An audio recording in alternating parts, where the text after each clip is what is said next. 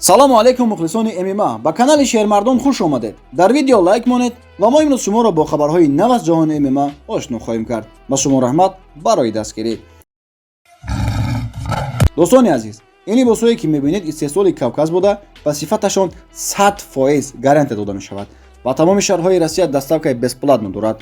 барои заказ кардан дар WhatsApp дар рӯи экран буда нависед.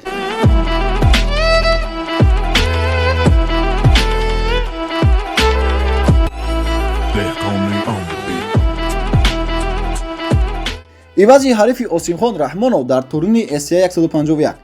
акнун варзишгари тоҷик Осимхон Раҳмонов бо рекорди 11-3 бар зидди варзишгари қирғиз Келимбек Алтмиш улу бо рекорди 8-1 дар вазни сабук вомехӯрад. ин муҳориба 27 январ соати 18:00 дар шаҳри Казани Федератсияи Русия барпо хоҳад шуд. ёдрас мешавем ки ҳарифи варзишгари тоҷик Герман Барсегян буд, ки бо гирифтани травма аз муҳориба гирифта шуд. ба Пётр Ян дар UFC муҳориба доданд ва рӯзи муҳорибаро низ муайян карданд.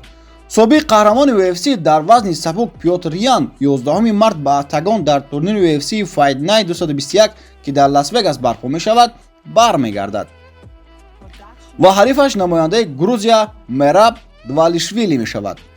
Мераб Двалишвили моҳи августи соли гузашта бо тасмими доварон бар зидди Жозе Алдо дастбола шуда буд ва Пётр Ян бошад моҳи октябр бар зидди Шон Омели ҷангид ки мағлуб шуд. дар айни замон Пётр Ян ва Мераб Двалишвили дар рейтинги вазни сабуки дивизиони UFC дар ҷои дуюм ва сеюм қарор гирифтаанд. Нурулло Алиев аз таҳти дил барои муҳорибааш ки дар UFC барпо мешавад дар Амрико тайёрӣ дида истодааст. дар видеое ки Нурулло Алиев дар инстаграми худ гузоштааст дида мешавад ки бар зидди варзишгари пуртаҷрибаи Озарбойҷон спарринг карда истодааст. бояд гуфт ки варзишгари тоҷик Нурулло Алиев аввалин муҳорибаи худро дар UFC 26 феврал мегузаронад ки ҳарифаш Рафаэл Алвес хоҳад шуд. хайр дӯстон, то видеоҳои баъдӣ обуна шуданро фаромӯш насозед.